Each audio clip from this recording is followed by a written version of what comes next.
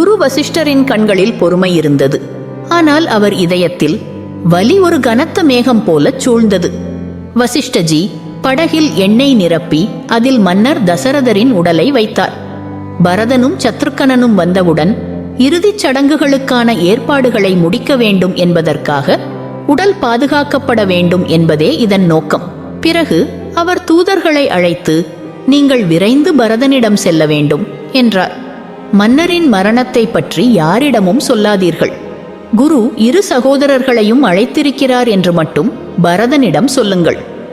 தூதர்கள் குருவின் கட்டளையை பெற்று தங்கள் குதிரைகளை முழு வேகத்தில் செலுத்திக் கொண்டு பரதனை நோக்கிச் சென்றனர். குதிரைகளின் குளம்புகளிலிருந்து எழுந்த புழுதியில் ஒருவித அமைதியின்மை இருந்தது. காலமே எதையோ சொல்லத் துடிப்பது போல. மறுபுறம் கேகய ராஜ்ஜியத்தில் பரதனின் இரவுகள் அமைதியாக கழியவில்லை. ஒவ்வொரு இரவும் ஒரு விசித்திரமான பயம் அவனை பற்றி கொண்டது. சில சமயங்களில் அரண்மனை இடிந்து விழுவதைப் போலவும், சில சமயங்களில் தன் தந்தையின் நிழல் அகாலப்பணியில் தொலைந்து போவதைப் போலவும் காண்பான். அவன் கண்விழிக்கும் போது இதுவரை அறியப்படாத ஒரு திகில் உணர்வு அவன் இதயத்தில் எழும். அவன் மனம் கலக்கத்தில் இருந்தது. ஆனால் அவன் முகம் நிதானத்தை காட்டியது. அவன் பிராமணர்களுக்கு உணவளித்தான், பசுக்களுக்கு சேவை செய்தான், புனித நீரால் சிவலிங்கத்திற்கு அபிஷேகம் செய்து, இறைவா, எல்லாம் நன்றாக இருக்க வேண்டும் என்று சிவபெருமானிடம் வேண்டினான். பரதன் கவலையில் மூழ்கியிருந்த அந்த சமயத்தில்தான் தூதர்கள் வந்து சேர்ந்தனர். குருவின் கட்டளையை கேட்டவுடன் பரதன் தலைவணங்கினான். எந்த கேள்வியும் கேட்கவில்லை, தாமதமும் செய்யவில்லை. கணபதியின் நாமத்தை மட்டும் உச்சரித்தான். பிறகு அவன் அயோத்தியை நோக்கி புறப்பட்டான். தன் குதிரைகளை முழு வேகத்தில் செலுத்திக் கொண்டு அவன் அபாயகரமான நதிகள், மலைகள் மற்றும் காடுகளை கடந்தான். அவன் மனதில் ஒரே ஒரு எண்ணம் மட்டுமே இருந்தது: நான் உடனடியாக சென்றடைய வேண்டும். ஒவ்வொரு கணமும் அவனுக்கு ஒரு வருடம் போல தோன்றியது.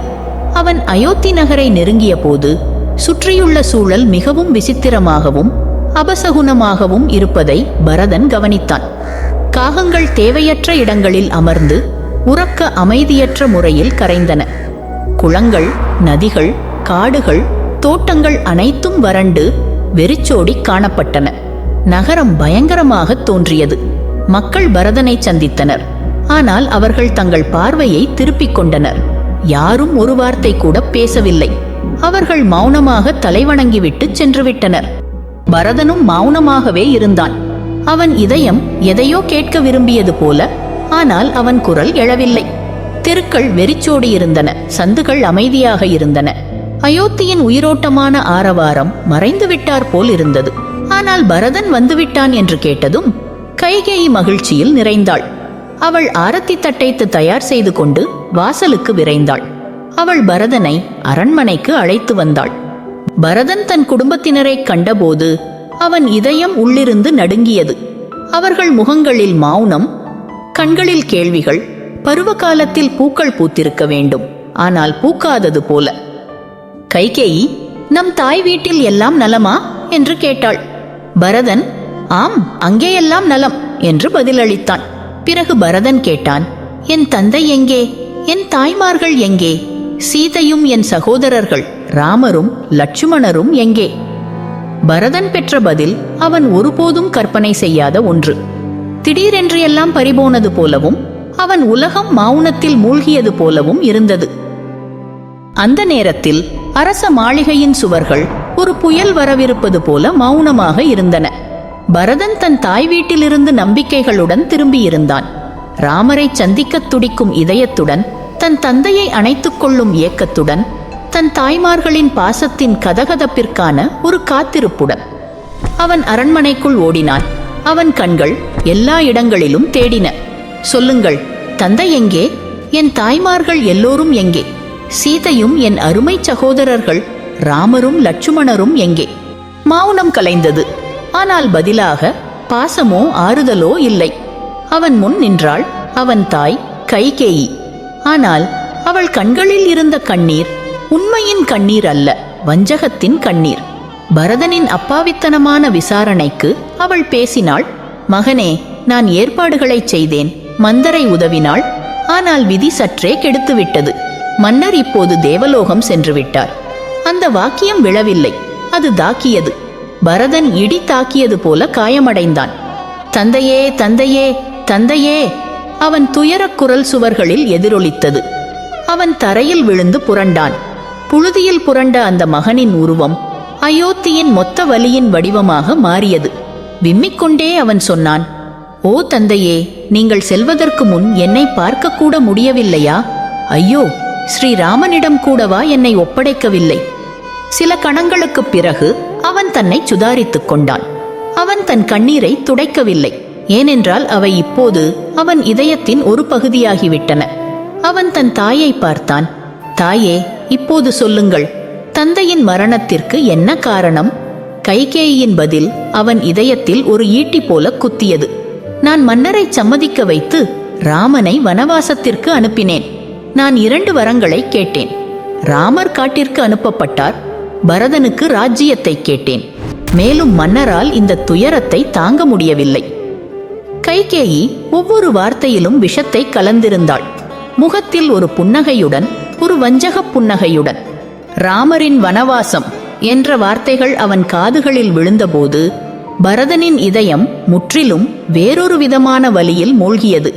அவன் தன் தந்தையின் மரணத்தையே மறந்தாற்போல் தோன்றியது. ஆனால் ராமரின் வனவாசத்தை கேட்டதும் இந்த செய்தி அவன் ஆன்மாவை எரித்தது. அப்போது கைகேயி அவனை ஆறுதல் படுத்த முயன்றாள். பரதா, இப்போது பொறுமையாக இரு. நீ அரசனாவாய். ஆனால் ஒவ்வொரு வார்த்தையும் எரியும் புண்ணில் உப்பு தடவுவது போல் இருந்தது. தன் மகனை ஆறுதல் படுத்துவது போல நடித்த கைகேயி மீண்டும் பேசினாள். மகனே, மன்னரை பற்றி கவலைப்படுவது வீண்.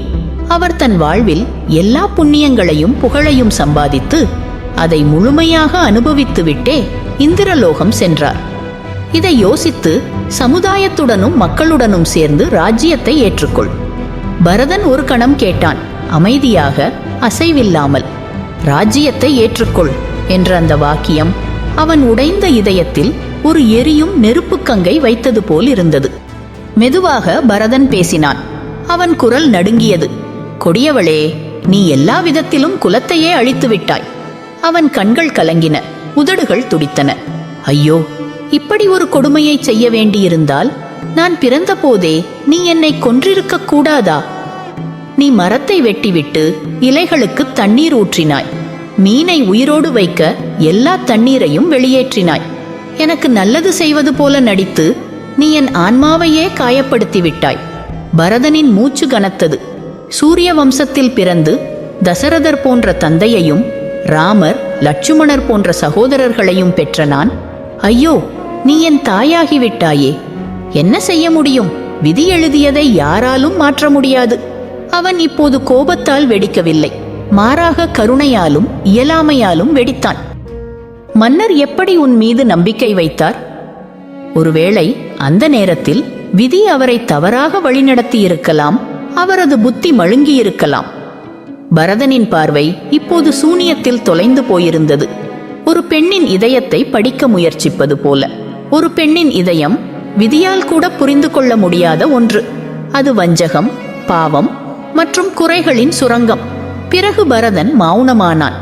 ஆனால் அவன் மௌனத்தில் இனி ஒரு மகனின் அழுகுரல் இல்லை. அது தன் முடிவை எடுத்த ஒரு வீரனின் மௌனம். பரதனுக்கு இப்போது ஒரே ஒரு பாதைதான் இருந்தது. அரச மாளிகையை விட்டு வெளியேறி காட்டிற்கு செல்வது. அங்கே அவன் ராமர் வாசம் செய்யும் இடம். அங்கேதான் அயோத்தியின் உண்மையான வாரிசு, உண்மையான சகோதரன், உண்மையான மகன் வனவாசத்தை அனுபவித்துக் கொண்டிருந்தான். அந்த கணத்தில் பரதன் தன் தந்தையை மட்டுமல்ல, தன் நம்பிக்கை, தன் வீடு, தன் தாயையும் இழந்திருந்தான்.